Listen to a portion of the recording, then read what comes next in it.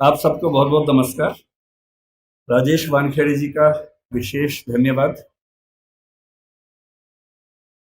सोमान शेखर जी, अग्रवाल जी, मंच पे उपस्थित सभी बंधुओं का, और उससे ज़्यादा आप सबका धन्यवाद कि इतनी तेज धूप में आप लोग सुनने के लिए बैठे हैं। एक तो स्कूल के बच्चों को तो ज़बरदस्ती भी बिठाया जा सकता है, तो हो सकता है वो दबाव भी आपके ऊपर हो। आप दबाव में बैठे हैं या खुश होकर बैठे हैं? खुश होकर बैठे हैं।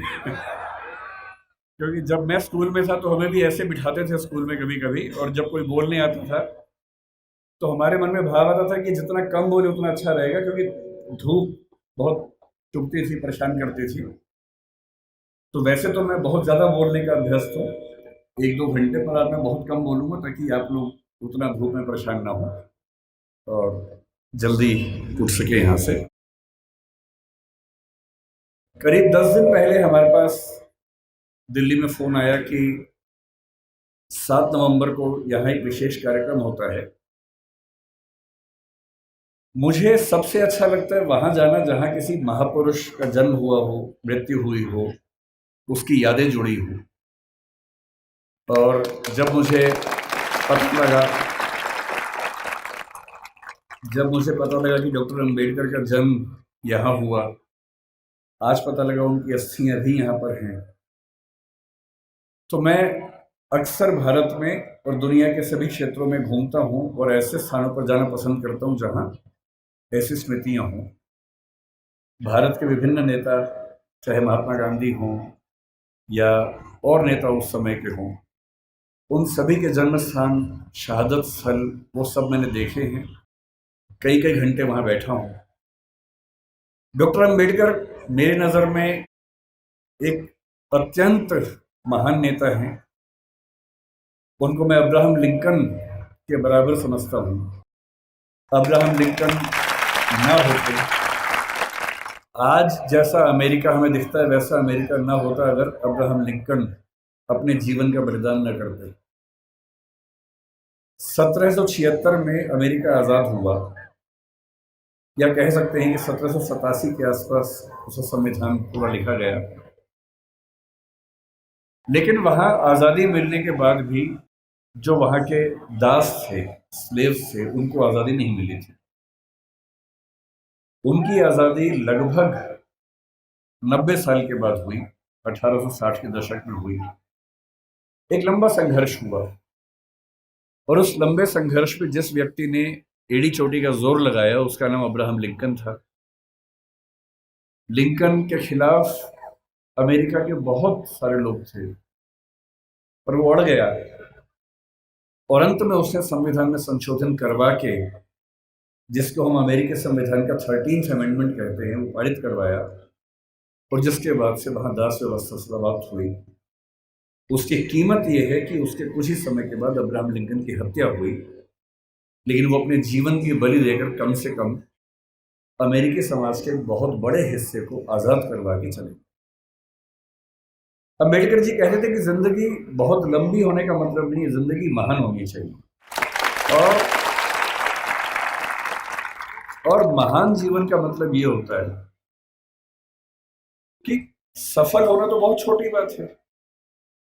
डॉक्टर अंबेडकर हमारी संविधान सभा के वो मेंबर थे जो सबसे ज्यादा पढ़े लिखे थे।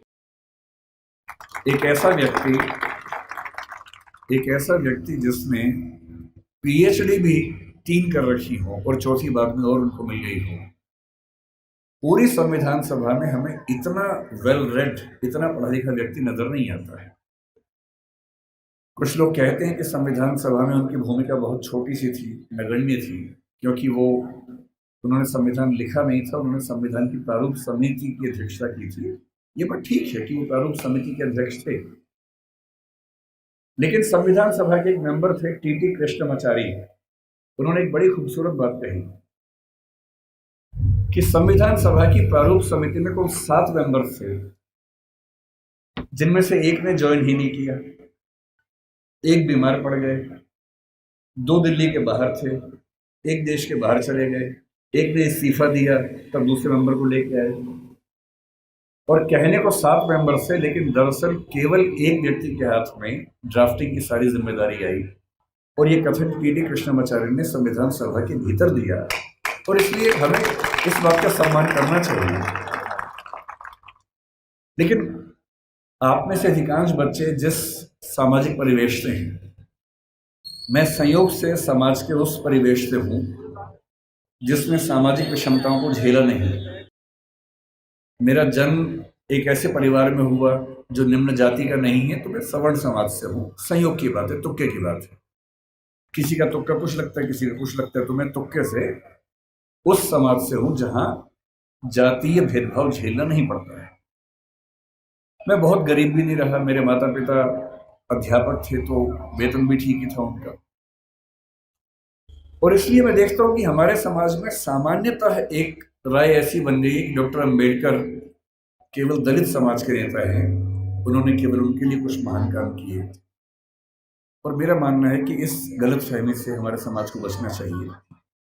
डॉक्टर अंबेडकर हमारे देश के आज तक के सबसे महान नेताओं में से एक हैं और उनकी महानता को हमें स्वीकार करना चाहिए।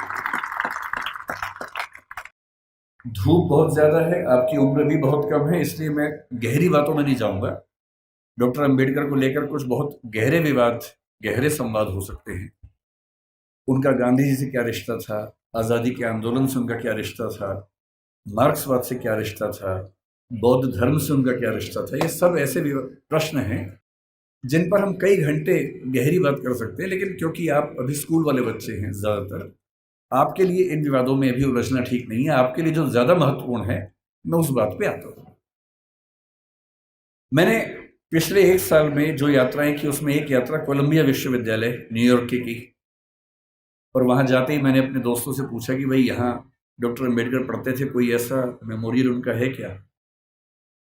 तो वो मुझे एक लाइब्रेरी में, जो बेसमेंट में अच्छी लाइब्रेरी, उनकी काफ़ी अच्छी लाइब्रेरी है, वहाँ लेके गए। और लाइब्रेरी में एक दरवाज़ा जहाँ अंदर रीडिंग रूम है, उसके बाहर एक बहुत सुंदर प्रतिमा उनकी लगी हुई है और साथ में काफ़ी उनके बारे में लिखा हुआ है।